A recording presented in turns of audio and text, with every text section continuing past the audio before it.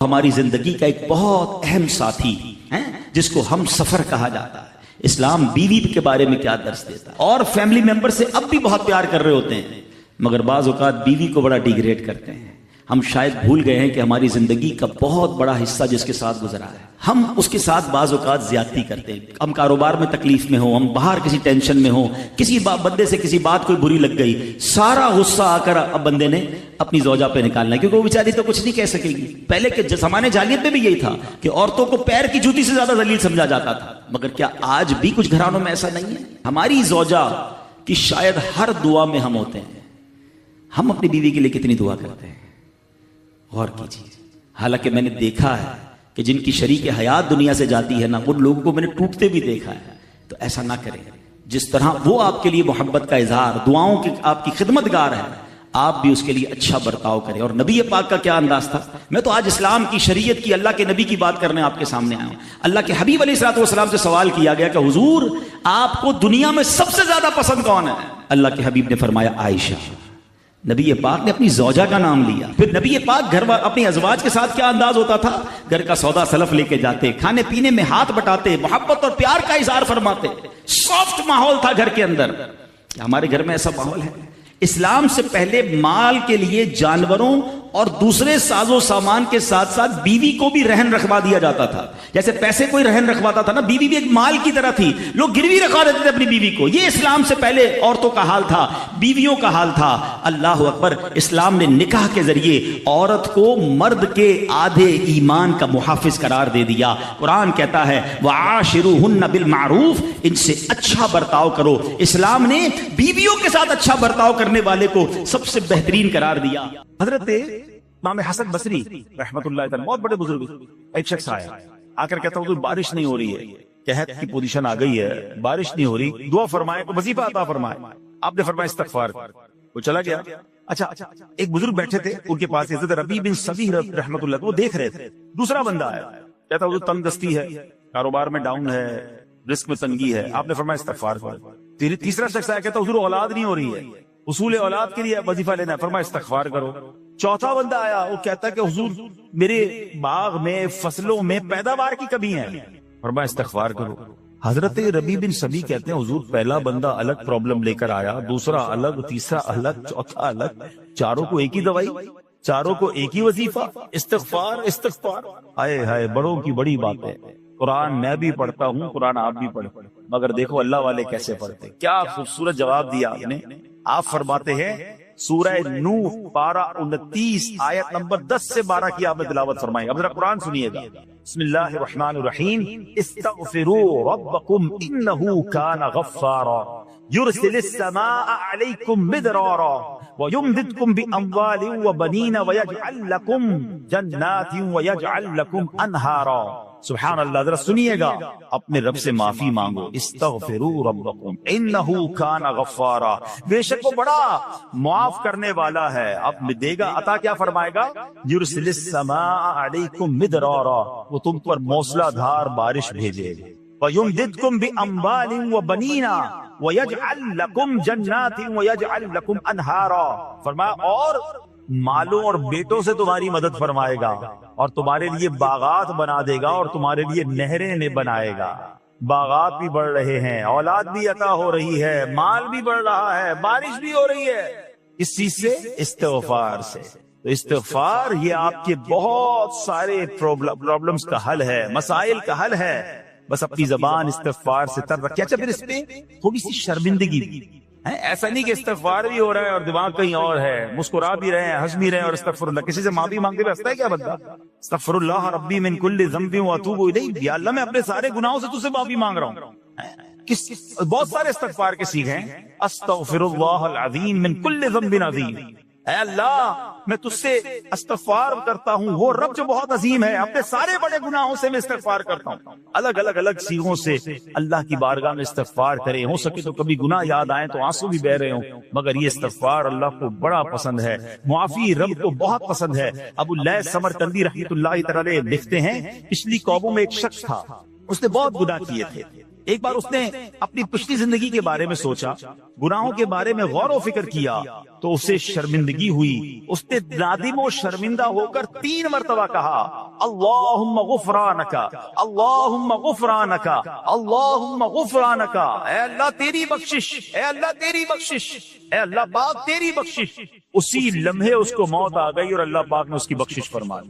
آئیے ہم بھی پڑھ لیتے اللہم غفرانک، اللہم غفرانک، اللہم غفرانک. استغفار کرنا، توبہ کرنا، گناہ یاد کر کے شرمندہ ہونا، یہ اللہ کو کتنا پسند ہے. ایک سبحان اللہ، اس کے بارے میں چند برکتیں آپ کو بیان کرتا ہوں. بڑی عظیم برکت یہ ہے کہ اس کی بدولت بندے کا تنگی اور غم دور ہو جاتا ہے. حدیث پاک میں ہے جو ہمیشہ استغفار کرتا رہے اللہ پاک اس کے لیے ہر تنگی سے نکلنے کا راستہ بناتا ہے، ہر فکر و غم سے اسے خلاصی عطا فرماتا ہے. اس کی ایک برکت یہ بھی ہے کہ ایسے بندے کو اللہ پاک غیب سے رزق عطا فرماتا ہے. حدیث پاک میں ہے استغفار کرنے والے کو اللہ وہاں سے رزق عطا فرماتا ہے جہاں اس کا گمان بھی نہیں ہوتا. اتنی مہنگائی ہے، اتنی مشکلیں ہیں، اتنی تنگی ہے، لوگ قرضے میں ہیں، کبھی ادھر جاتے ہو کبھی ادھر جاتے ہو. ارے بھائی سب کے پاس جاتے ہو، رب کے پاس کیوں نہیں جاتے؟ استغفار کرنا شروع کر دو، فرمایا ادھر سے روزی دے گا جہاں تمہارا گمان بھی نہیں جائے گا. اس کی برکت سے اللہ پاک دلوں کے زنگ کو دور فرماتا ہے. آئیے پیارے اسلامی بھائیوں، اللہ کو معافی مانگنا، دل سے پکارنا کتنا پسند ہے. میں آپ کو ایک بہت ہی خوبصورت واقعہ بتاتا ہوں، اور یہ واقعہ ہے حضرت موسیٰ علیہ نبینا علیہ السلام. اللہ پاک نے حضرت موسیٰ علیہ نبینا علیہ السلام نے ایک بار اپنی مناجات میں عرض کیا یا اللہ یا رب. اللہ پاک کی طرف سے جواب آیا لبیک یا موسیٰ. آپ نے عرض کی یا اللہ تو میرا مالک ہے، تو خالق ہے، میں تو تیرا بندہ ہوں. ارشاد ہوا مجھے یہ پسند ہے کہ جب مجھے کوئی میرا بندہ یا رب پکارے تو میں اسے لبیک کہہ کر جواب. اللہ فرما رہا حضرت موسیٰ نے عرض کی یا رب کیا یہ ہر مطیع بندے کے لیے ہے؟ کیا ہر نیک آدمی کے لیے ایسا ہے کہ جب تجھے وہ پکارے تو لبیک فرماتا ہے؟ سنو اللہ فرماتا ہے ہاں بلکہ ہر گناہگار بندے کے لیے بھی ہے. تو حضرت موسیٰ نے عرض کی یا اللہ فرما بردار تو تیری اطاعت کرتا ہے. وہ بات تو سمجھ آ رہی ہے، گناہگار پر یہ کرم کس وجہ سے؟ اے ہے سنو میرے رب کیسا کریم ہے. فرماتا ہے موسیٰ اگر میں بھلائی کرنے والے کو اس کی بھلائی کا بدلہ دوں اور برائی کرنے والے پر اس کی برائی کی وجہ سے احسان نہ کروں تو میرا جود و کرم کہاں جائے گا؟ اللہ فرماتا ہے میرا پھر کرم، میری رحمت کس لیے ہے؟ برائی کرنے والا بھی، گناہ کرنے والا بھی مجھے پکارتا ہے، میں اسے بھی لبیک کہہ کر جواب دیتا ہوں. حضرت موسیٰ علیہ نبینا علیہ السلام کو ایک بار وحی نازل ہوئی کہ اے موسیٰ فلاں علاقے میں جاؤ، ہمارا ایک نیک بندہ کا انتقال ہو گیا ہے، جا کے اس کو غسل دو، اس کو کفن دو اور اس کا جنازہ. حضرت موسیٰ وہاں پہنچ گئے اور جب وہاں جا کر آپ نے لوگوں سے کہا کہ مجھے فلاں بندے کے پاس لے جاؤ جس کا انتقال ہوا ہے، مجھے غسل دینا ہے، کفن پڑھنا ہے، جنازہ پڑھنا ہے. لوگوں نے کہا حضرت یہ تو زمانے کا گناہگار، بڑا بےہودہ، بڑا بدکار شخص تھا، آپ کو رب کا حکم تھا، آپ نے غسل بھی دیا، کفن بھی پہنایا، جنازہ بھی پڑھا، پھر رب کی بارگاہ میں عرض کی مولا بندے تو یہ کہہ رہے ہیں یہ تو بہت برا آدمی تھا، تو نے مجھے بھیجا اور فرمایا تیرا پیارا بندہ، میں نے جنازہ بھی پڑھ دیا، غسل اور کفن بھی دیا. پھر آپ سوچیں کہ کسی کا جنازہ حضرت موسیٰ پڑھ دیں تو اس کی تو بخشش کا تو کوئی مسئلہ ہی کوئی نہیں نا، وہ تو اللہ کے نبی جس کا جنازہ پڑھے غسل دے تو یا اللہ تو نے ایسا انتظام فرما دیا. رب کریم کی طرف سے پتہ کیا جواب آتا ہے؟ اللہ فرماتا ہے اے موسیٰ بندے سچ کہتے ہیں، یہ بندہ واقعی بڑا گناہگار تھا. جو علاقے والے شہر کے لوگ کہہ رہے ہیں نا ٹھیک کہہ رہے ہیں، یہ بندہ تھا ہی ایسا. یا اللہ جب اتنا گناہگار اتنی بڑی مہربانی کس وجہ سے؟ ارشاد ہوا اے موسیٰ اس بندے نے مرنے سے پہلے مجھ سے 5 کلمات کے ذریعے بات کی، مناجات کی، مجھے پکارا، 5 سینٹنس تھے، 5 کلمے تھے، اور اے موسیٰ اس کی وجہ سے میں نے اس کی مغفرت فرما دی. حضرت موسیٰ کہتے ہیں یا اللہ وہ 5 کلمے تو بتا دے، وہ 5 کیسے جملے تھے کہ علاقے میں سب سے مشہور بدکار اور اس کا انتقال ہو تو رب مغفرت بھی فرمائے اور اپنے نبی کو فرمائے جا کے جنازہ پڑھو. وہ آپ نے کہا یا اللہ وہ 5 کلمات بتا دے. اب ذرا یہ 5 کلمات سنیے گا. ایکچولی جو بات سمجھنی ہے نا، استغفار ہے کیا، معافی مانگنا ہے کیا، توبہ کیا ہے. اللہ فرماتا نا کہ ہم نے سنا کہ جو بندہ اللہ سے استغفار کرتا ہے اللہ اسے دیکھ کر مسکراتا ہے. اس کی وجہ یہ کہ بندہ رب کی بارگاہ میں اپنے آپ کو سرنڈر کرتا ہے، اپنے گناہ یاد کرتا ہے، اپنی کم مائگی کا اظہار کرتا ہے. وہ کہتے ہیں نا الندم التوبہ، شرمندگی توبہ. شرمندہ ہو جائے نا انسان، دنیا میں پتہ کیا معاملہ ہے، ہم کسی عدالت میں جا کر کہہ دیں ہم نے جرم کیا، اقبال جرم، ٹھیک، تو کیا ہوتا ہے؟ جج کہتا ہے پھر اس کو گرفتار کرو اور سزا سناؤ، بندہ خود ہی مان رہا ہے، گواہوں کی ضرورت کیا ہے؟ دنیا کی عدالت میں اقبال جرم پر سزا ملتی ہے، میرے رب کی رحمت کی عدالت دیکھو، بندہ وہاں جا کر اقبال جرم کر لے، شرمندہ ہو جائے، معافی مانگ لے، اللہ اس کے سارے گناہ معاف فرما دیتے۔ یہ فرق ہے دنیا والوں میں اور رب کی عدالت میں، سبحان اللہ۔ وہ حضرت موسیٰ کہتے ہیں یا اللہ وہ 5 کلمے بتا، اور بتائے گئے تو وہ 5 کلمے سنیے گا ذرا۔ وہ بندہ کہتا ہے مرنے سے پہلے، اے رب تو جانتا ہے میں نیکوں سے محبت کرتا ہوں اگرچہ خود نیک نہیں ہوں، یا رب تو جانتا ہے میں فاسقوں سے بغض رکھتا ہوں اگرچہ میں خود فاسق ہوں۔ سمجھ رہے ہیں بات؟ اللہ نیکوں سے پیار کرتا ہوں، مجھے پتا ہے میں خود نیک نہیں ہوں، میں گناہ گاروں سے نفرت کرتا ہوں حالانکہ میں خود بھی گناہ گار ہوں، کہیں بھی اپنی بڑائی نہیں ہے، میں گناہ گار، میں بدکار، مگر اللہ میں پیار کرتا ہوں نیک لوگوں سے۔ تیسرا جملہ کیا تھا؟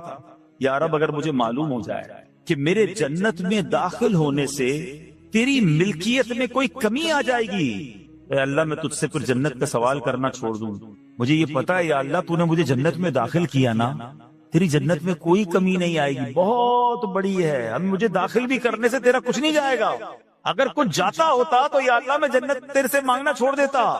چوتھا جملہ کیا ہے؟ اے رب اگر مجھے معلوم ہو جائے کہ مجھے جہنم میں داخل کرنے سے تیری ملکیت میں اضافہ ہو جائے گا تو میں پھر جہنم سے پناہ نہیں مانگوں گا، یعنی اگر تو تیرے ملک میں تیری شان میں اضافہ ہو رہا ہے مجھے جہنم میں ڈالنے سے، پھر تو میں نہیں کہوں گا تجھے کہ جہنم سے نکال، مگر مجھے پتا ہے تو پہلے ہی مالک ہے، تو پہلے ہی خالق ہے، سب کچھ تیرا ہے، مجھے جہنم میں ڈالنے سے تیری کوئی ملکیت میں اضافہ نہیں ہونا۔ اور آخری بات کیا کہتا ہے؟ یا رب اگر تو مجھ پر رحم نہ کرے گا تو پھر کون کرے؟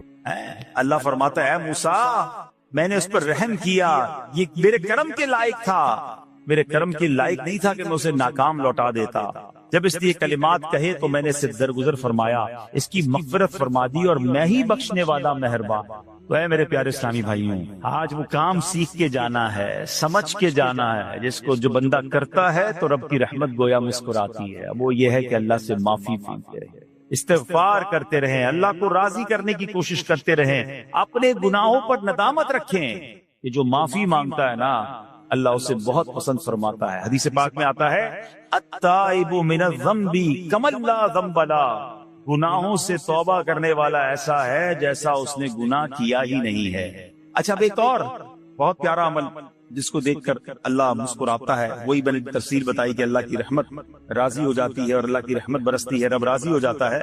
نبی پاک علیہ الصلوۃ والسلام نے فرمایا 3 بندے ہیں اللہ پاک انہیں دیکھ کر مسکراتا اور کیا ہوتا ہے؟ فرمایا اور بہت خوش ہوتا ہے۔ اب وہ 3 بندے کون سے ہیں؟ چیک کرنے ہم ان میں ہیں کہ نہیں۔ فرمایا نمبر 1 وہ بندہ جو رات کو اٹھے، بستر چھوڑے، اچھی طرح وضو کرے، پھر نماز پڑھنے کھڑا ہو جائے، اسے دیکھ کر اللہ پاک فرشتوں سے فرماتا ہے اے فرشتوں بتاؤ میرے بندے کو نیکی پر کس نے اکسایا ہے؟ فرشتے عرض کرتے ہیں مولا تو بہتر جانتا ہے۔ اللہ پاک فرماتا ہے ہاں میں جانتا ہوں مگر تم مجھے بتاؤ۔ فرشتے عرض کرتے ہیں اے مالک کریم تو نے اسے ایک چیز یعنی جہنم کا خوف دیا ہے، یہ اس سے ڈرتا ہے۔ اے اللہ تو نے اسے ان کو ایک چیز جنت کی امید دلائی ہے، یہ اس کی امید رکھتا ہے۔ اے اللہ یہی خوف اور امید ہے جس نے اسے رات کی نیند قربان کر کے تیرے حضور کھڑے ہونے پر ابھارا ہے۔ اب اللہ پاک فرماتا ہے اے فرشتوں گواہ ہو جاؤ کہ جس چیز سے ڈرتا ہے یعنی جہنم سے ڈرتا ہے، میں نے اپنے اس بندے کو اس سے امن بخشا، اور جس کی امید رکھتا ہے یعنی جنت کی میں نے جنت اس پر واجب کر دی۔ رات اٹھ کر جب دنیا سوئی ہو بندہ اٹھ کر تہجد کی نماز ادا کرے، اللہ کی بارگاہ میں آنسو بہائے، اللہ فرشتوں کے سامنے گویا فخر فرماتا۔ دوسرے نمبر پر سنو، فرمایا دوسرا وہ شخص جو حق و باطل کی لڑائی میں شریک ہوا، ثابت قدم رہا یہاں تک کہ شہید ہو گیا، یا اللہ پاک نے اسے فتح عطا فرمائی، اللہ اس بندے کو دیکھ کر بھی مسکراتا ہے۔ جہاد کرنے والے مجاہدین یا تو شہید ہو جائے یا غازی ہو کر لوٹے اللہ کی رضا کے لیے، اللہ کی رحمت ان پر بھی چھما چھم برستی ہے۔ اور تیسرے نمبر پر فرمایا تیسرا وہ بندہ جو رات کو سفر کرتا ہے، یہاں تک کہ رات کے آخری حصے میں جب کہیں ٹھہرتا ہے تو اس کے ساتھ والے سو جاتے ہیں مگر وہ کھڑا ہو کر نماز پڑھنے لگتا ہے، اس بندے کو دیکھ کر بھی اللہ پاک مسکراتا ہے۔ اجتماعی عبادت کے بڑے فائدے ہیں، اجتماع میں آنا، محفل میں آنا، دعا میں شرکت کرنا بہت اچھی بات، مگر اپنی عادت ایسے بھی بنائیں کہ کچھ عبادتیں ایسی کریں کہ میں جانوں اور رب جانوں۔ یہ جو رات اٹھ کر دعا کا لطف ہے، رات اٹھ کر جو نماز پڑھنے کا لطف ہے نا، جب ساری دنیا سو رہی ہے اور بندہ اپنے رب کی بارگاہ میں حاضر ہے۔ علماء کہتے ہیں دن کے نوافل کے مقابلے میں رات کے نوافل افضل ہے، کیونکہ رات سکون ہوتا ہے، رات رکعت قلبی ملتی ہے، سبحان اللہ، رحمت الہی چھماچم برستی ہے۔ ہمیں کیا کرنا ہے کہ رات تہجد کی نماز کی عادت ڈالے۔ رمضان میں بن گئی تھی نا، سحری کے لیے اٹھتے تھے تو لوگ تہجد پڑھتے تھے، اللہ کرے کہ یہ عادت بن جائے۔ کبھی کبھی، اگر ہر روز نہیں ہو سکتا کم از کم کبھی کبھی کریں۔ اچھا اگر ایسی کوئی عبادت ہو بھی جائے نا، پھر سب کو بتائیں نا کہ رات اٹھا تھا تو جناب دعائیں بھی کی تو آنسو بھی بہائے۔ نہیں، کبھی کبھی ایسا کیا کرو کہ میں جانوں اور رب جانے، اللہ سے باتیں کیا۔ میں آپ کو صحیح بتاؤں، آپ مجھے ایک بات بتائیں، یہ تو آپ نے سن بھی لیا کہ اللہ کی رحمت کس قدر برستی ہے اس پر۔ زندگی میں بھی جب کبھی ہم پریشان ہوں اور رات نیند نہ آئے، کبھی کبھی ایسا ہوتا ہے پریشانی میں نیند نہیں آتی، کروٹیں بدل رہا ہوتا انسان، اور اس کروٹ بدلتے بدلتے میں آپ کی جب والدہ حیات ہوگی یا ماشاءاللہ جن کے پاس ماں موجود ہے، ماں جیسی ہستی کہاں ملتی ہے۔ ایک بار اور سن لو، دنیا کی بہت ساری چیزیں میرے اور آپ کے پاس ہیں جو ریپلیسیبل ہے، جو بدلی جا سکتی ہیں۔ موبائل فون لیتے ہیں، بڑی خوشی سے لیتے ہیں، مگر نیا ماڈل آتا ہے تو لوگ بدل دیتے ہیں۔ سواری لیتے ہیں، بڑی خوشی ہوتی ہے، مگر جب نئی سواری آتی ہے تو ریپلیس بدل دیتے ہیں۔ ماڈل نیا آ گیا بھائی، اب وہ پرانی لگتی ہے۔ مگر یاد رکھو، ماں باپ چلے جائیں نا، اس کے بعد ماں باپ دوبارہ نہیں وہی کرتے، ان کا کوئی نیا ورژن یا نیا ماڈل نہیں ہے تو ان کی قدر کر لو، ان کی دعائیں لے لو۔ تو بہرحال آپ کبھی کبھی تکلیف میں ایسا ہوا ہو کہ رات کو نیند نہ آئی ہو، بے قرار ہو کر ماں کے پاس گیا، آنکھوں میں آنسو لے کر کہ ماں میں پریشان ہوں، بیمار ہوں، یا قرضے میں ہوں، یا فلاں پرابلم ہے۔ ماں نے کیا کیا تھا؟ کروٹ بدل کر سو گئی تھی کہ بیٹا تو جان تیرا کام جانے، یا ماں خود بھی بیدار ہو گئی، سینے لگایا اور دعا کرنا شروع کر دی۔ بھائی ہم روئے تو ماں بھی روئی۔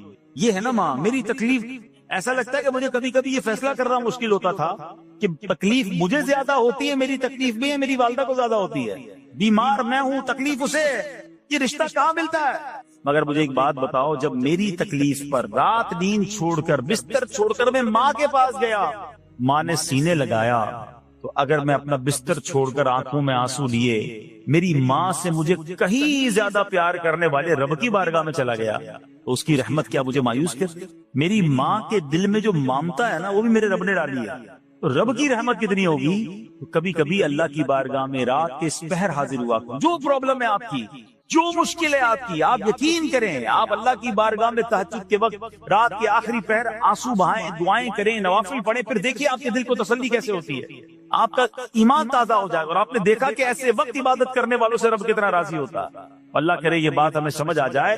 اسی طرح عظیم صحابی حضرت عبداللہ ابن مسعود رضی اللہ عنہ سے روایت ہے، پیارے آقا مکی مدنی مصطفیٰ صلی اللہ تعالی علیہ وسلم نے فرمایا، ایک بندہ رات کو اٹھتا ہے، اچھی طرح وضو کرتا ہے، پھر اللہ پاک کی حمد کرتا ہے، اس کی بزرگی بولتا ہے، اپنے نبی علیہ الصلوۃ والسلام پر درود پڑھتا ہے، قرآن کھول کر پڑھنا شروع کر دیتا ہے، یہ وہ بندہ ہے جسے دیکھ کر اللہ پاک مسکراتا ہے اور فرماتا ہے، دیکھو میرا بندہ عبادت کر رہا ہے جبکہ اسے میرے سوا کوئی نہیں دیکھ رہا۔ اللہ، یہ کاش ہمیں عادت مل جائے کہ ہم اکیلے میں عبادت کریں، انفرادی عبادت کریں، میں جانوں میرا رب جانے، کبھی تلاوت کریں، کبھی درود پڑھیں، کبھی دعائیں کریں، کبھی آنسو بہائیں، سبحان اللہ، اس کا بدہ ہی اور ہے۔ ہاں کبھی ایسا ہونا چاہیے، ہم محفل میں عشق رسول کے عالم میں رو بھی پڑھتے ہیں، مدینے کی یاد ہو، نعت شروع ہو تو ہماری آنکھوں میں آنسو آ جاتے ہیں، یہ بھی اچھی بات ہے، مگر کبھی کبھی رات ایسی بھی ہونی چاہیے کہ دل میں ہو یاد تیری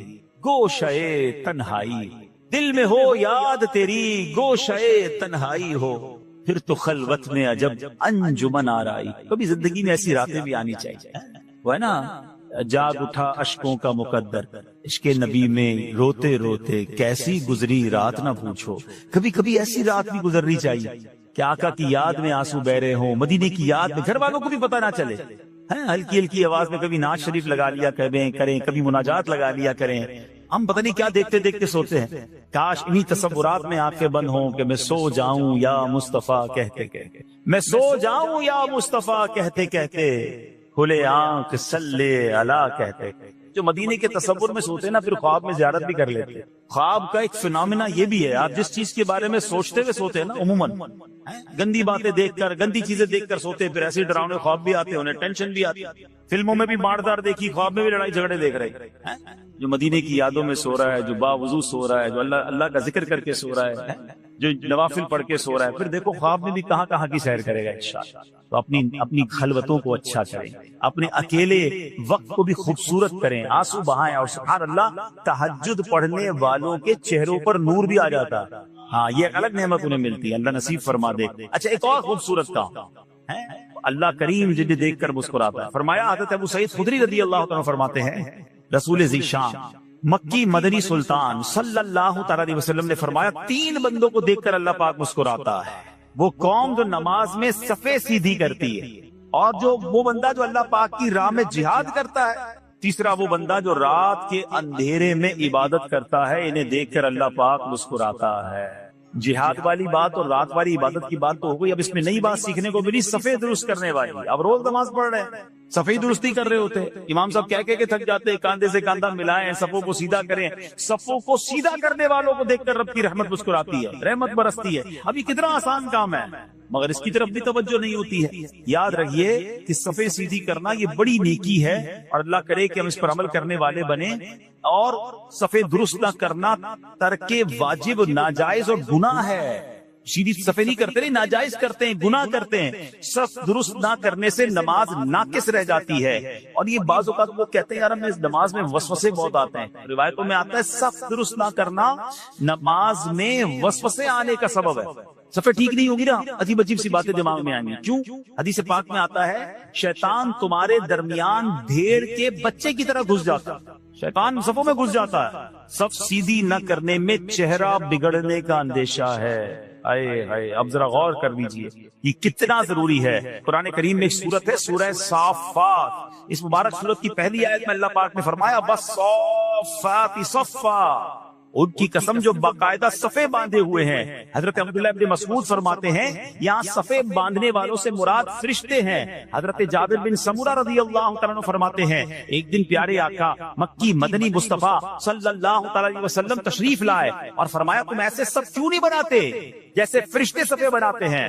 ہم نے عرض کی یا رسول اللہ صلی اللہ تعالیٰ علیہ وسلم فرشتے کیسے صف بناتے ہیں؟ فرمایا پہلے اگلی صف مکمل کرتے ہیں اور خوب مل کر کھڑے ہوتے ہیں۔ سبحان اللہ، مبارک ہو ان مسلمانوں کو صفیں سیدھی کرتے ہیں، اچھی طرح کاندھے سے کاندھا ملاتے ہیں، گویا یہ فرشتوں کا کام کر رہے ہیں، فرشتوں والا کام کر رہے ہیں۔ تفسیر طبری میں ہے فاروق اعظم رضی اللہ عنہ کا یہ معمول تھا، جب نماز پڑھانے لگتے تو نمازیوں کو فرماتے صفیں سیدھی کر لو، اے فلاں ذرا آگے ہو جاؤ، اے فلاں ذرا پیچھے ہو جاؤ، پھر فرماتے بے شک اللہ پاک تمہیں فرشتوں کی طرح دیکھنا پسند فرماتا ہے۔ تو صفیں سیدھی رکھنا یہ فرشتوں کا انداز ہے اور اللہ کی رحمت خوب برستی ہے، گویا رب مسکراتا ہے انہیں دیکھ کر۔ تو اے میرے پیارے اسلامی بھائیوں، اور بھی بہت سارے کام ہیں جس کو دیکھ کر، جن کو کرنے سے اللہ کی رحمت چھما چھم برستی ہے۔ بہرحال جب نے 3-4 باتیں سنی ہیں، آج سے اس کو نیت کر لیتے ہیں کہ خوب اللہ کی بارگاہ میں ہم استغفار کریں گے، اپنے گناہوں پر معافی مانگیں گے، انشاءاللہ راتوں کو اٹھ کر جب لوگ سو رہے ہوں گے اللہ کی بارگاہ میں عبادت کریں گے۔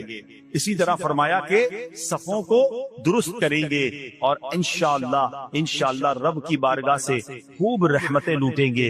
اے میرے پیارے اسلامی بھائیوں، یہ سب کب ہو سکے گا کہ جب ہم اچھے ماحول میں رہیں گے۔ تہجد تو جب پڑھیں گے نا جب پہلے فرض پڑھیں گے، جس کی فرض ہی قضا ہو رہی ہے اس کو تہجد کی باری کب آئے گی؟ استغفار تو جب کرے گا جب ایسے ماحول میں آئے گا کہ جہاں گناہوں کو یاد دلا کر معافی مانگنے کا ہمیں انداز اور اس کی فکر دی جائے۔ تو آج کے اس پرفتن دور میں دعوت اسلامی کا یہ پیارا ماحول آپ کے سامنے ہے، اس ماحول سے وابستہ رہیں۔ ہفتہ وار اجتماع میں، مدنی قافلوں میں، ہفتہ وار مدنی مذاکرے میں شرکت کرتے رہیں گے تو انشاءاللہ ان نیکیوں کا جذبہ بھی ملتا رہے گا اور انشاءاللہ ایسے کام کرنے میں اللہ کرے کامیاب ہو جائیں۔ تصور ہی کتنا پیارا ہے، یقین کریں، میں شاید پتہ نہیں وہ فیلنگ آپ کو محسوس ہو رہی کہ نہیں، یہ تصور ہی کتنا پیارا ہے کہ کبھی میں کوئی ایسا عمل کر لوں کہ رب کی رحمت مجھے دیکھ کر مسکرا ہے، اللہ راضی ہو جائے، اللہ خوش ہو جائے، اور کیا چاہیے، میری تو زندگی کا حاصل ہو گیا نا۔ تو اب یہ 3-4 کام آپ نے سن لیے ہیں، اس کو عمل کرنا شروع کر دیں۔ اللہ کریم سے دعا کرتا ہوں کہ رب کریم اپنی رضا والے کام ہمیں بڑھ چڑھ کر کرنے کی توفیق عطا فرمائے۔ اللہ پاک ہم سب کو عمل کرنے کی توفیق عطا فرمائے۔ صلو علی الحبیب۔ درود پاک پڑھنے کے بے شمار فضائل و برکات ہے۔ کعبے کے بدرالدجا طیبہ کے شمس الضحیٰ صلی اللہ تعالی علیہ وسلم کی ذات وہ ہے، درود پڑھتے جائیں اور اپنی جوڑیوں کو رحمتوں سے بھرتے جائیں۔ میرے آقا صلی اللہ تعالی علیہ وسلم فرماتے جس کا مضمون ہے کہ جو جمعہ کے دن 200 بار درود پاک پڑھے اس کے 200 برس کے گناہ معاف کر دیے گا۔ اللہ، بڑا ہی مبارک مہینہ ہمارے درمیان ہے، اور اس مہینے کی تو کیا بات ہے۔ میرے آقا مدینے والے مصطفیٰ صلی اللہ تعالی علیہ وسلم فرماتے ہیں، اس کا مضمون ہے کہ رجب اللہ کا مہینہ ہے، شعبان میرا مہینہ ہے، شعبان و شہری، اور رمضان میری امت کا مہینہ ہے۔ کنٹینیو، مسلسل 3 برکت والے مہینے، بلکہ میں یوں کہوں تو شاید غلط نہیں ہوگا کہ برکت بڑھتی جائے گی۔ رجب، پھر شعبان، پھر رمضان، تسلسل کے ساتھ آپ رحمت کی گویا سیڑھیاں چڑھ رہے ہیں۔ رجب پہ صحابہ تیاری کرتے تھے، شعبان میں خوب عبادت کرتے تھے، اور رمضان پورا اللہ کی یاد میں گزارتے تھے۔ پریپریشن شروع ہو جاتی تھی کہ خوب عبادت کرنی ہے، سارے روزے رکھنے ہیں، ساری تراویح پڑھنی ہے۔ ہمارے یہاں بھی پریپریشن شروع ہوئی ہوگی، تیاری شروع ہو گئی، اسٹاک جمع کر لو، رمضان میں مال مہنگا بکے، فلاں سودا لے دو اور روزہ دار خوب خریدیں گے۔ کاروباری گوداؤن بھرنے کے چکر میں ہے، مگر اللہ کے نیک بندے عبادت کا ذوق بڑھا رہے ہو۔ رجب کے بارے میں کیا خوبصورت بات علامہ صفوری فرماتے رحمۃ اللہ علیہ، رجب بیج بونے کا مہینہ۔ کوئی میرا بھائی اگر زمینداری کرتا ہوگا تو بات جلدی سمجھ آ جائے گی۔ فصل کیسے اگتی ہے؟ پہلے بیج ڈالتے ہیں، پھر پانی ڈالتے ہیں، پھر فصل نکلتی۔ فرماتے رجب بیج بونے کا مہینہ، شعبان ان بیجوں پر پانی ڈالنے کا مہینہ، رمضان فصل کاٹنے کا مہینہ۔ کہتے جو رجب میں عبادت کا بیج ہی نہیں بوتا، شعبان میں ان بیجوں پر اپنے آنسوؤں سے آبیاری نہیں کرتا، اور رمضان میں رحمت کی فصل کیسے کاٹا؟ یعنی اس کا مطلب یہ ہوا کہ ابھی سے عبادت کا ذوق بڑھانا ہے، شوق بڑھانا۔ اس مہینے میں کیسی کیسی شخصیات کی یاد ہے۔ نبی پاک صلی اللہ علیہ وسلم کو وہ مقام اللہ نے دیا۔ معراج کا معجزہ جو ہے نا، اس کو سمجھنا بہت ضروری ہے۔ ہاں، ذرا غور سے سنیے گا، نبی پاک علیہ الصلوۃ والسلام کو اللہ کریم نے کتنے معجزے عطا کیے، پہلے یہ سمجھنا، ٹھیک ہے۔ علماء فرماتے ہیں کہ اللہ نے اپنے ہر نبی کو معجزات دیے، اور جیسا دور تھا ویسے معجزہ۔ ہاں، کیونکہ اس قوم کو منوانا ہوتا تھا نا کہ میں اللہ کا نبی ہوں اور اللہ کی طرف آ جاؤ۔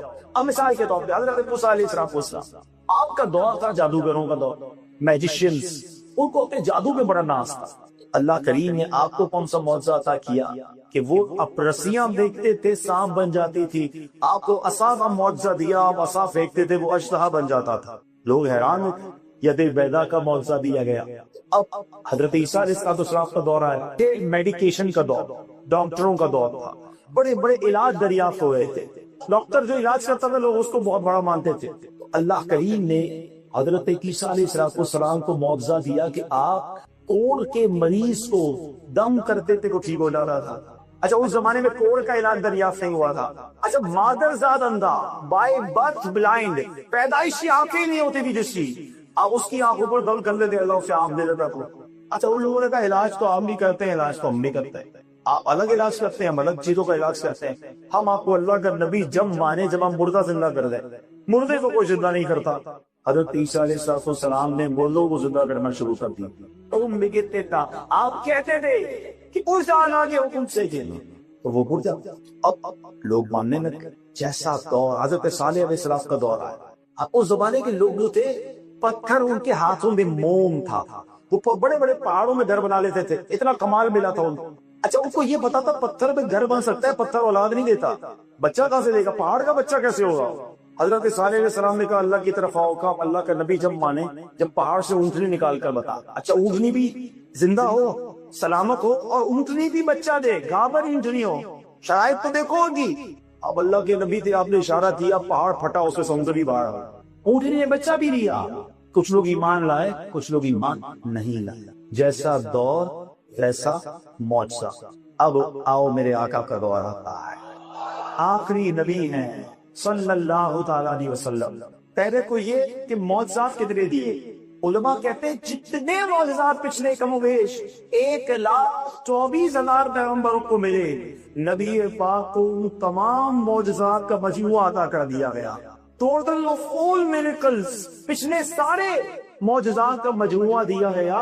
اور صرف یہی نہیں، کچھ ایسے معجزات دیے اس سے پہلے کسی اور کو اللہ نہیں فرمائے. وہ خدا نے مرتبہ تجھ کو دیا، نہ کسی کو ملے نہ کسی کو ملا، کہ کلام میں مجید نے کھائی شہاب، تیرے شہر و کلام و بقا کی قسم، تیرا مسرد لاز عرش بری، تیرا محراب لاز روح امین، تو ہی سرور ہر و جہاں ہے شاہ، تیرا مثل نہیں ہے خدا کی قسم کی. اچھا، اب دور ہے اس زمانے کا، عرب کے لوگوں کو اپنی زبان پر بڑا ناز تھا. ٹھیک ہے، تو وہ اپنی زبان پر کیسا ناز کرتے تھے؟ میں پہلے ایک بات سے آپ کو جلدی سمجھاتا. عرب کے لوگ جو رہنے والے کیا کہلاتے ہیں؟ ذرا بتائیے.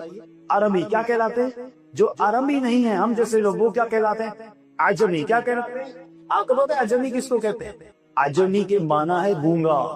ہم تو بڑے شوق سے کہتے ہیں نا ہم عجمی ہے، معنی ہی نہیں پتا، چلو پتہ چل گیا. یعنی عرب کے لوگوں کا ماننا یہ ہے کہ صرف عربی ہی کو زبان آتی ہے، باقی ساری دنیا گونگی ہے، ایک کو تو بولنا ہی نہیں آتا. یہ ہمیں عجمی اس لیے کہا جاتا ہے. ٹھیک ہے، اب اس زمانے میں کیا تھا کہ عرب کے لوگوں کو اپنی زبان پر بڑا ناز تھا، اور وہ زبان سے بھی مقابلہ کرتے تھے. تلوار سے بھی مقابلہ چلتا تھا، اور اشعار کے ذریعے، تحریروں کے ذریعے مقابلہ چلتا تھا. کعبہ مشرفہ جو ہے نا، یہ ایگزیبیشن سینٹر بنا ہوا تھا.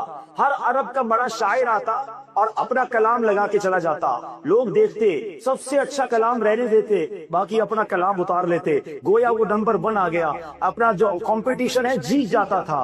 اب سنو، میرے آقا کو رب نے اس زمانے میں مبعوث فرمایا جب سب کو اپنی زبان اور ناز تھا، تو اللہ نے اپنے حبیب کو کیسا کلام عطا فرمایا.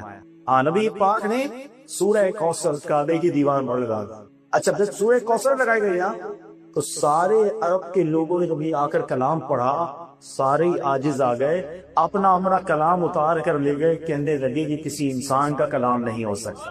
اور جب آقا گفتگو کرتے تھے نا، تو سارے لوگ اس طرح حیران لاتے تھے کہ اللہ نے اپنے حبیب کو ایسے بلاغت والے، فصاحت والے حسین جملے عطا فرمائے تھے. پوچھو بریلی کے تاجدار سے کہ نبی پاک کی گفتگو کیسی ہوتی تھی. وہ کہتے ہیں آقا میں نثار تیرے کلام پر، میں نثار تیرے کلام پر، من یوں تو کس کو زبان نہیں، حضور زبان والے تو بڑے آئے.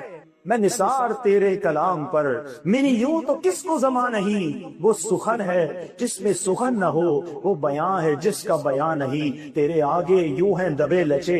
اس عرب کے بڑے بڑے فصیح و ملیح لوگ سامنے بیٹھتے تھے، مگر جب آقا گفتگو کرتے تھے تو کیا ہو رہا تھا؟ تیرے آگے یوں ہیں دبے لچے. اس عرب کے بڑے کوئی جانے منہ میں زبان نہیں بلکہ جسم میں جان نہیں. نبی پاک کو اللہ نے ایسا کلام عطا فرمایا. اچھا، ہو سکتا ہے کسی کے ذہن میں یہ بھی بات آئے کہ ٹھیک ہے، جیسا دور تھا ویسا معجزہ تھا، تو یہ دور بھی تو نبی پاک کا ہے. یہ سائنٹیفکلی اتنا جدید دور آ چکا، تو یہ دور بھی تو آپ کا ہے. تو آج کی سائنس کے مقابلے میں نبی پاک کے پاس کون سا ایسا معجزہ ہے جو آج کی سائنس کو جواب دے سکے، آج کے ماڈرن نوجوان کو یہ جواب دے سکے کہ جناب آپ تو جہازوں میں مہینوں کے راستے گھنٹوں میں طے ہو جاتے ہیں، بلکہ آپ تو سن رہے ہیں سپر سونک ایئر کرافٹ بن رہے ہیں، آواز کی رفتار سے زیادہ تیز جہاز سفر کرتا ہے، وہ جناب بڑی فاسٹ لائف ہو گئی ہے. اور سائنس جو ہے جناب کوئی کہتا ہے سائنسدان چاند پر پہنچے، اب تو مریخ پر پہنچنے کی باتیں ہو رہی ہیں. ہو سکتا ہے تو غیر مسلم سائنسدان کہے چلو میں مانتا ہوں کہ تمہارے نبی آخری نبی ہیں، بتاؤ کے پاس ایسی کیا نشانی ہے تو آج کی سائنس کا جواب دے سکے. اللہ اکبر. میرے رب عز و جل نے معراج کی رات میرے آقا کا ایک ایسا سفر کروایا کہ رہتی دنیا کے سائنسدانوں کا جواب ہے کہ نبی پاک چاند نہیں، سورج نہیں، بلکہ تارے سارے آسمانوں سے باہر جاتے ہیں، اللہ کی بارگاہ میں جاتے ہیں، واپس بھی آتے ہیں، اتنی سپیڈ سے جاتے اور آتے کہ کنڈی کے دروازے کی ہل رہی ہوتی ہے، بستر ابھی گرم ہوتا ہے، وضو کا پانی بہ رہا ہوتا ہے، عقل یہ کہتی ہے کہ کیسے ممکن ہے کہ جناب کنڈی کو چند سیکنڈ تک دروازے کی ہلتی ہے، بستر چند سیکنڈ تک گرم رہتا ہے، اتنا طویل سفر نبی مکہ پاک سے بیت المقدس بھی گئے، میاں کی امامت بھی کروائی، ساتوں آسمانوں کی سیر بھی کی، جنت اور جہنم کے طبقات بھی دیکھے، اور آقا واپس آئے وہ بھی ہل رہی، بستر گرم ہے، یہ کیسے ممکن؟ عقل کا اعتراض بنتا ہے۔ عشق جواب پتہ ہے کیا دیتا؟ آپ کے ہاتھ میں گھڑی ہوگی یا آپ نے گھر کی دیوار اور گھڑی لگی ہوئی ہوگی، کبھی گھڑی کا سہ سیکا کیا ہوگا؟ گھڑی رک جائے، پھر سہ اور دے تو کیا ہوگا؟ گھڑی چلنے لگ جائے۔ دراصل بات یہ ہے کہ میرے آقا سارے چاند کی چاند ہی چلی گئی تھی تو زمانہ رک گیا تھا، آقا واپس آئے زمانے نے چلنا شروع کر دیا۔ یہی بات بریلوی کے تاجدار لیتے ہیں کہ وہ چو تھے تو کچھ نہ تھا، وہ چو نہ ہو وہ کچھ نہ ہو، وہ جان ہے وہ جہان بھی، جان ہے تو جہان ہے۔ ساری دنیا کی سائنس کے لیے جواب کہ معراج کا معجزہ ہے کہ میرے آقا نے سیر کے ساتھ یہ سفر کیا، اور سبحان اللہ میرے آقا واپس بھی تشریف لے آئے۔ اب جناب یہ 27 رجب ہوئی نا، تو اس دن جو نبی پاک مکہ پاک میں آیا تو آقا علیہ الصلوۃ والسلام نے کفار مکہ کے سامنے یہ اعلان کیا کہ میں رات کے تھوڑے ہی پہر میں بیت المقدس بھی ہو کر آیا اور آسمانوں کی سیر بھی کی۔ ایمان والے تو خوش ہو گئے اور کفار کو تو موقع نہیں دیا۔ ابو جہل کہتا ہے کہ محمد صلی اللہ علیہ وسلم اگر آپ یہی بات کچھ اور لوگوں کو میں جمع کر دوں تو کیا آپ ان کے سامنے بھی کہہ دیں گے؟ یہ بات نے فرمایا ہاں کہہ دوں گا۔ تو اس نے اور لوگوں کو دمانیا ہے شرارت کے طور پر۔ حضور فرمائیے آپ کیا فرما رہے تھے؟ نبی پاک علیہ السلام نے بتایا کہ رات کے تھوڑے پہر میں بیت المقدس بھی ہو کر آیا، آسمانوں کی سیر بھی کی، اور خوب مذاق اڑایا۔ اعتراض یہ تھا کہ مکے سے بیت المقدس کا جو راستہ ہے نا وہ 1 مہینے جانے کا راستہ تھا، 1 مہینے واپسی کا راستہ تھا۔ اب آقا فرما رہے رات عشاء میں بھی یہی، فجر میں بھی یہی، اور رات کے تھوڑے پہر میں سفر کر کے آ گئے۔ عقل سے پولنے والے مذاق اڑانے لگے۔ اب لوگوں نے کہا آج تو موقع ہے ابو بکر صدیق رضی اللہ تعالیٰ عنہ کو بہکانے کا، بڑی بات کرتے ہیں، اپنے آقا کی غلامی اختیار کیے ہوئے ہیں۔ اچھا سیدنا ابو بکر صدیق رضی اللہ تعالیٰ عنہ بہت بڑے تاجر تھے، آپ کا ایمان لارا کفار پر بڑا بھاری تھا، وہ چاہتے تھے کسی طرح یہ واپس آ جائیں، معاذ اللہ۔ انہیں کیا پتا تھا عاشق اکبر سے بالا پڑا ہے۔ چلے گئے ان کے گھر میں اور کہا ابو بکر تمہیں معلوم ہے تمہارے نبی کیا کہتے ہیں؟ کیا فرماتے ہیں؟ اب وہ کہتے ہیں رات کے تھوڑے حصے میں بیت المقدس گئے، آسمان پر گئے اور واپس آ گئے۔ صدیق اکبر کہتے ہیں کہ واقعی میرے آقا ایسا کہتے ہیں؟ انہوں نے کہا ہاں ایسا ہی کہتے ہیں۔ ہو سکتا ہے انہوں نے سوچا ہو کہ اب یہ تھوڑا سا ہیزیٹیشن تذبذب آ رہا ہے، کہاں بالکل یہی کہتے ہیں۔ صدیق اکبر کہتے ہیں میرے آقا فرماتے ہیں وہ سچ فرماتے ہیں، حق فرماتے ہیں۔ لوگوں نے کہا اب تو ایسی بات کیسے مان سکتے ہو؟ کیا شاندار جواب دیا، کہتے ہیں جب میں نبی پاک کی آسمانی خبروں کو مانتا ہوں، اللہ پر ایمان لایا ہوں، جبریل امین کو دیکھا نہیں، وہ آتے ہیں قرآن کی آیت لے کر، میں یہ مانتا ہوں تو آقا نے فرمایا تو یہ بھی سچ ہی فرمایا ہوگا۔ اللہ اکبر۔ اے میرے پیارے اسلامی بھائیوں، شب معراج آنے والی ہے، اس سال بھی ایسا ہوگا، عاشقان رسول تو جھوم رہے ہوں گے، کچھ لوگوں کو تکلیف ہوتی ہے۔ آئیے سر 1450 سال سے پرابلم چل رہا ہے، 27 رجب والے دن آپ کو کچھ لوگ بڑے خوش نظر آئیں گے، کیوں نہ خوش ہوں، جس نبی سے محبت ہے اللہ نے انہیں ایسا مقام عطا فرمایا، مگر کچھ لوگ تکلیف میں نظر آئیں گے۔ ابو جہل والے اس دن بھی تکلیف میں تھے۔ ہمیں صدیق اکبر والے عمل کرنے ہیں، صدیق اکبر نے سکھا دیا ہے، اسی منن والے ہیں، سوچنے والے نہیں ہیں، لبیک کہنے والے ہیں، آقا کا عمر آ گیا، مرحبا لبیک۔ اب سر ایک اور بات، چلیں وسوسہ پھیلانے والوں کو بھی، بچے ہمارے نوجوان بیٹھے ہیں، ایک عقلی دلیل بھی دے دیتا ہوں۔ مجھے ایک بات بتائیں، اگر نبی پاک، اچھا کچھ لوگ کہتے ہیں معراج ہوئی تھی، مگر یہ معراج خواب میں ہوئی تھی، یہ معراج جو ہے جسمانی طور پر نہیں ہوئی تھی۔ میں بڑا سمپل کوسچن کرتا ہوں آپ سے، آپ کا بچہ کھڑا ہو کر صبح فجر میں آپ اٹھے، بیٹا بھی اٹھے، ابا جان رات خواب میں لاہور گیا تھا، اس کے بعد اسلام آباد بھی گیا، اور صبح اٹھی تو آپ کے برابر میں، آپ کیا کہتے ہیں بیٹا کوئی بات نہیں، میں بھی ساری رات گھومتے ہی رہے، خواب میں کوئی مسئلہ ہے، خواب میں کسی کو پرابلم ہے بچے ہے، کوئی آگے جائے گا خواب میں امریکہ گیا تھا، ٹھیک ہے کوئی بات نہیں، بغیر ویزے کی خواب میں جا سکتے، لیکن نبی پاک صلی اللہ تعالی علیہ وسلم پر اب ذرا غور، عقل مند لوگ میری بات پکڑنے کے جو میں سمجھانا چاہ رہا ہوں، پیارے آقا علیہ الصلوۃ والسلام پر 27 رجب کی صبح جو کافرین نے، کفار مکہ نے اعتراض دیا تھا، شور ڈالا تھا، صدیق اکبر کے گھر پر چلے گئے تھے، کیا نبی پاک نے یہ کہا تھا کہ میں خواب میں گیا؟ اگر خواب میں جانے کا دعویٰ تھا تو جھگڑا ہی تھا۔ اس کا مطلب بڑے کیا ہوا کہ پیارے آقا نے ان سب کے سامنے یہی کہا تھا کہ میں جسمانی طور پر رات کے تھوڑے حصے میں بیت المقدس ہو کر آیا۔ ان کا اعتراض ڈالنا ہی اس بات کی دلیل ہے کہ نبی پاک کا دعویٰ یہی تھا کہ میں فزیکلی اپنی جسم کے ساتھ، اپنی روح مبارک کے ساتھ میں بیت المقدس گیا، اور سنو کفار مکہ کو پھر بھی چین نہیں آیا۔ کہا ٹھیک ہے، اب بیت المقدس گئے نا، ذرا بتائیں اس کی دیواریں کیسے ہیں، اس کے پلر کیسے ہیں۔ ہم اگر کسی مسجد پہ چلے بھی جائیں تو اس کے خد و خال تھوڑی یاد رہتے ہیں، مگر ان ظالموں نے ٹیسٹ لینے کی کوشش کی۔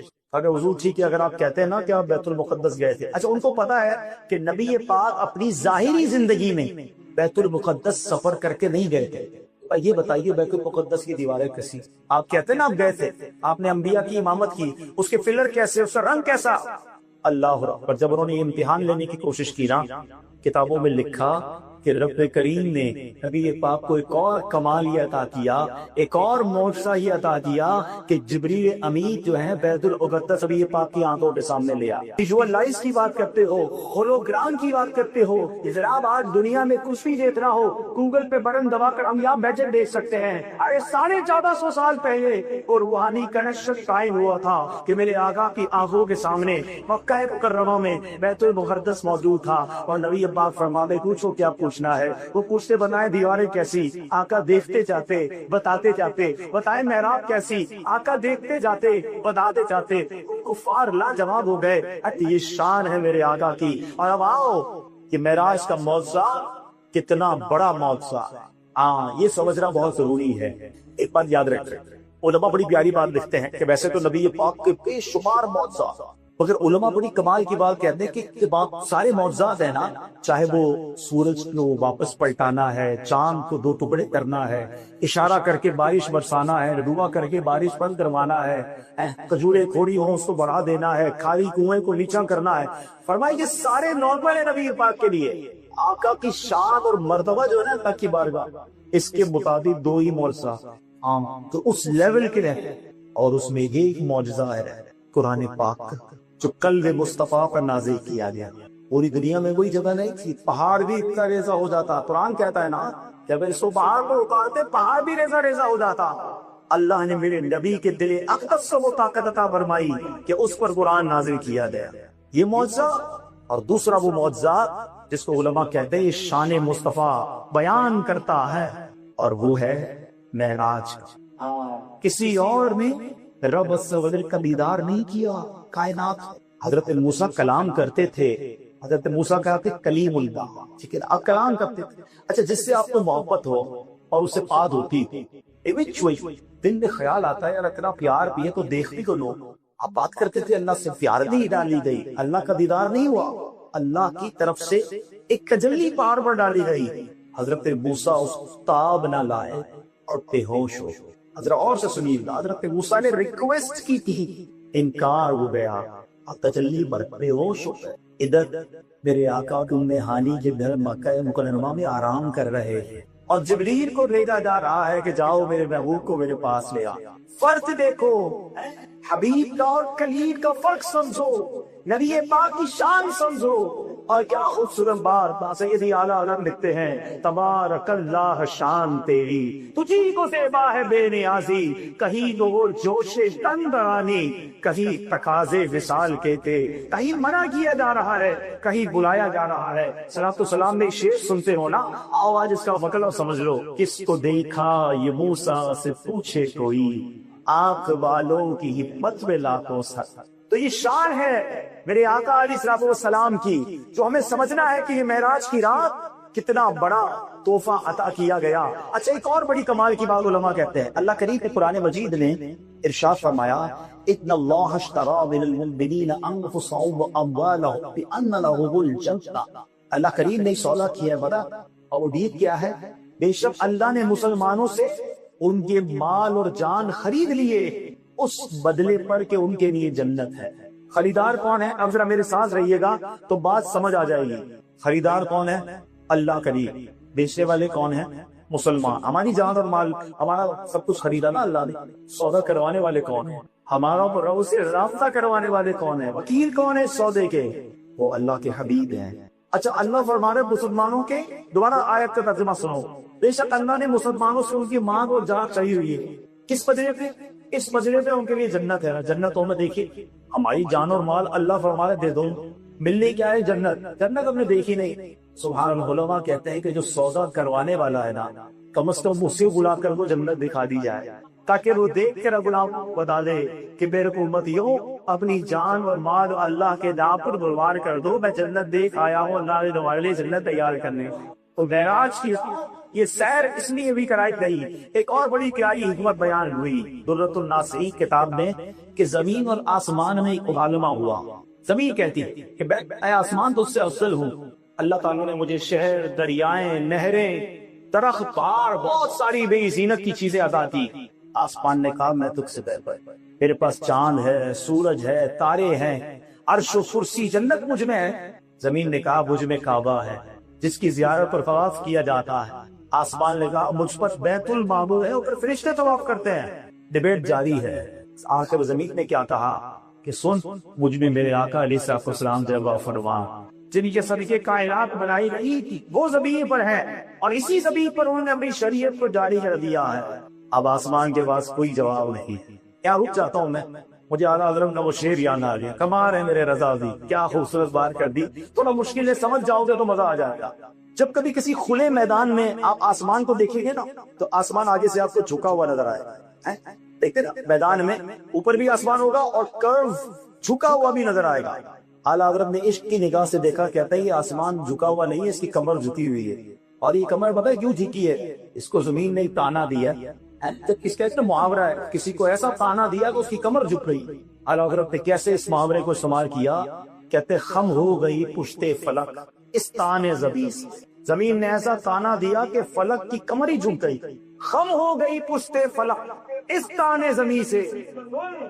ہم پہ مدینہ ہے وہ رنوا ہے، افلاک پہ تو گنبد خضرا نہیں کوئی. اب زمین نے کہا کہ میرے پاس تو نبی پاک ہے. آسمان نے اللہ کی بارگاہ میں عرض کی، اے اللہ یہ زمین جو ہے مجھے کہتی ہے کہ مجھ پر پیارے آقا علیہ السلام ہے، تو نے زمین کو ان کے جمال کا شرف بخشا ہے.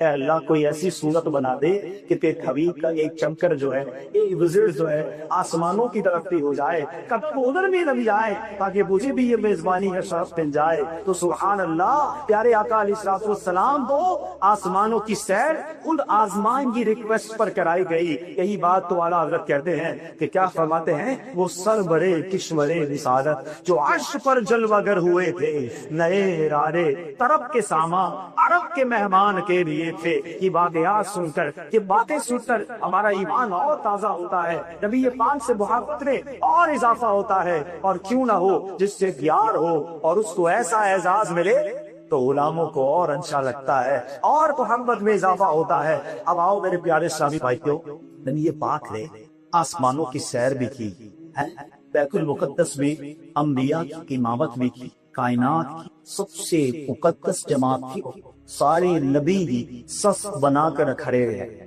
اور آقا تشریف لائے اور آپ کو امام بنا کر صف بصف کھڑے ہیں انبیاء، مصطفیٰ امام ہو گئے، ان کے جو غلام ہو گئے وقت کے امام ہو گئے.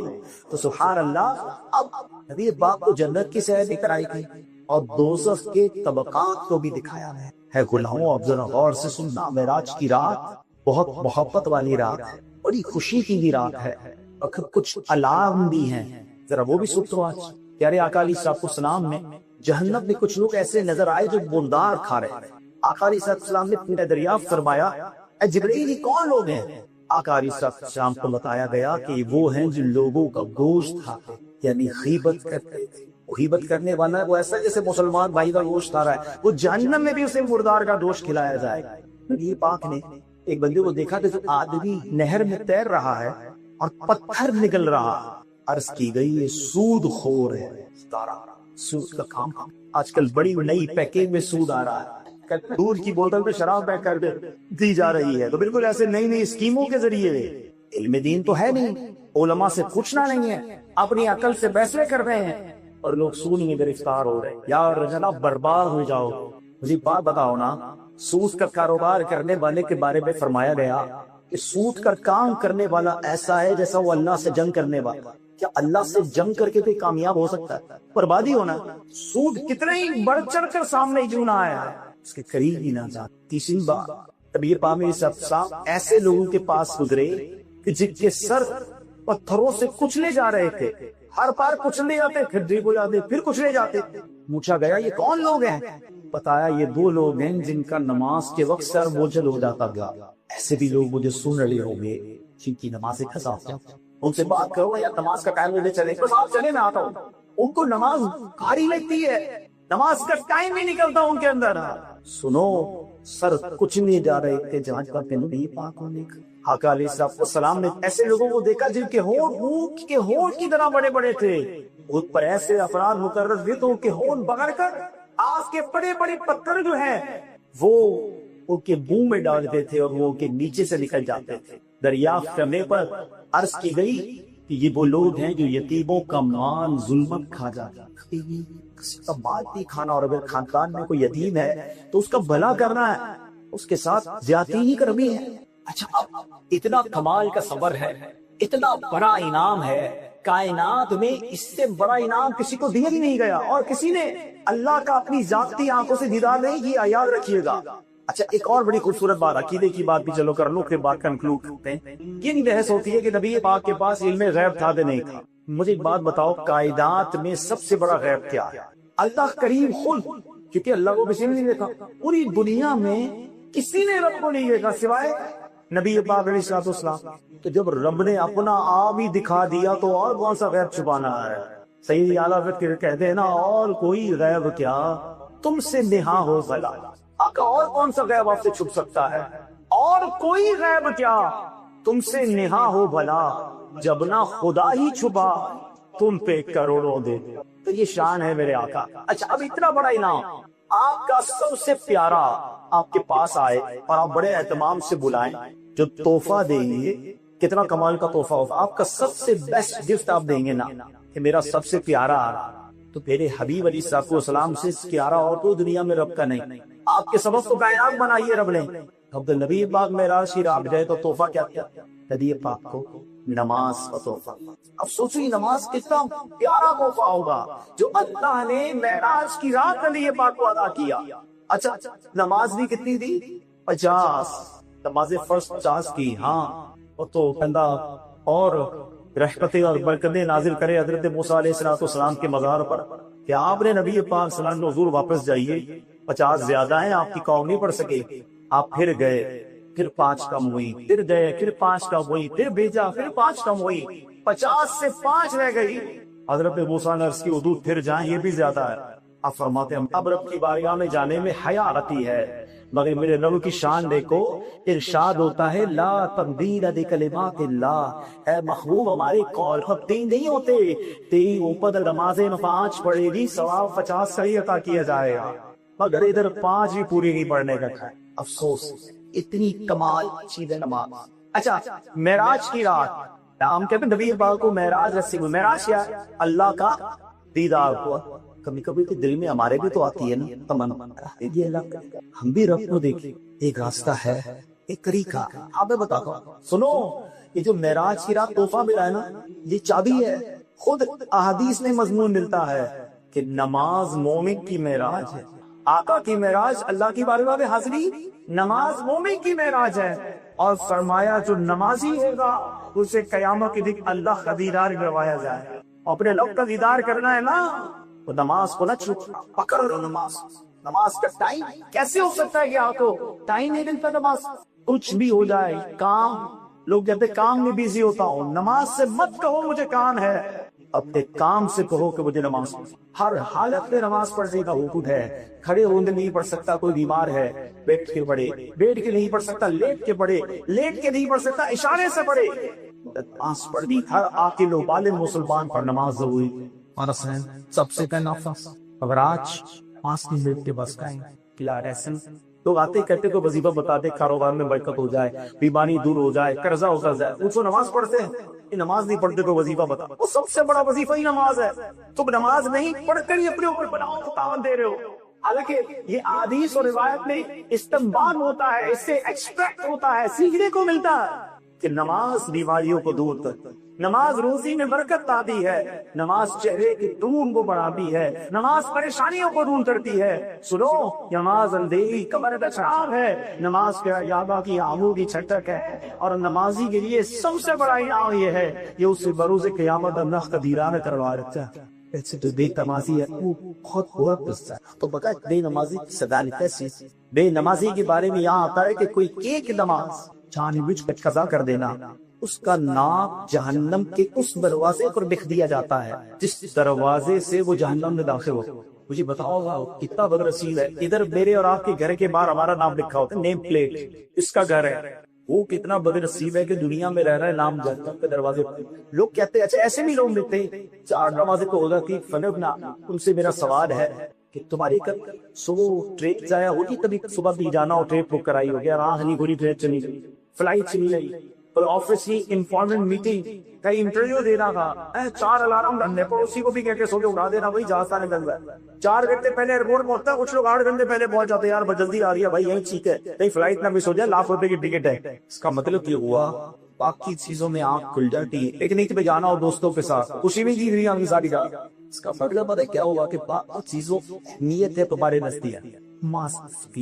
جس کو نماز کی اہمیت ہے اس کی آنکھ بالکل کھلتی ہے, اس کی نماز قضا نہیں ہوتی. بس آ جاؤ, آج معراج کا ذکر ہوا ہے, نبی پاک سے سچی محبت کا ذکر ہوا ہے, آقا کے معجزات کا ذکر ہوا ہے, اور کل نبی پاک کو نماز سے کتنی پیار ہے کہ آقا فرماتے ہیں جعلت الرکعتی فی الصلاۃ. نبی پاک فرماتے ہیں نماز میں تیری آنکھوں کی چندن. آقا دی آنکھوں پیچھے تک سے کیسے کہ سو جائے. ایک طرف کہتا ہوں غلامی رسول میں موت بھی قبول ہے, اس کو نماز قبول کیوں نہیں ہے؟ جس کو موت قبول ہے اس کو نماز قبول کیوں نہیں ہے؟ موت تو بہت دور کی بات ہے. غلامی رسول میں سنتیں قبول نہیں ہے, حرام روزی چھوڑنا قبول نہیں ہے, سارے غلط کام بھی کرنے, کہتا ہے غلامی رسول میں موت بھی قبول. ایک سے نعرہ ہی ہوا تھے, آ جاؤ سچی غلامی اختیار کرو. سچی غلامی پتہ کیا ہے؟ نیچے بتانا نہ پڑے گا کس کا پتی, تعارف نہ بتانا پڑے. دیکھ کر تیری باتیں میرا انداز بتا دے کس کا امت, یہ کس کا غلام ہے. شاہی کہہ دینا فنا اتنا تو خداؤں میرے دینی ذات عالی میں, یہ مجھ کو دے زلے اس کو تیرا دی رات کو, پتا چل جائے کس کا غلام ہے. آواز کسی چیز آج والی کوئی مسئلہ نہیں ہوگی, سود کے قریب ہی نہیں جائیے, کبھی زندگی میں سود نہیں کھولیں گے, حرام روزی سے پسندی اڑا لیے, پھر بھی رامی نہیں پیے, گانے باجے ہی سنیں گے. یہ دیکھیں اگر ایسے نہیں گزاریاں کہ جیسی آپ نے نعرے لگا دی اور نیت کر لی, من گئے ایسے جو پیسوں بڑے دی کے داجدار سے کیا ہوگا. اللہ برک کہتے رہو گے جانا کوئی مانا نہ رکھا وہ سجاؤں, بس آپ کا راضی ہو گئے سب سکتے ہیں. اب کیا بولا کمی نہیں سکتا ہے, آپ تراز لے آپ اللہ نہ سنسا پاندنا پیدا ہوا ہے یہ یمن بتائینا کب میرے گھر آئیں گے تا حسن جسپی کے جنبا بنا ہوئی در صرف تائی اور اللہ کا ہو جائے آدھی سے بسم اللہ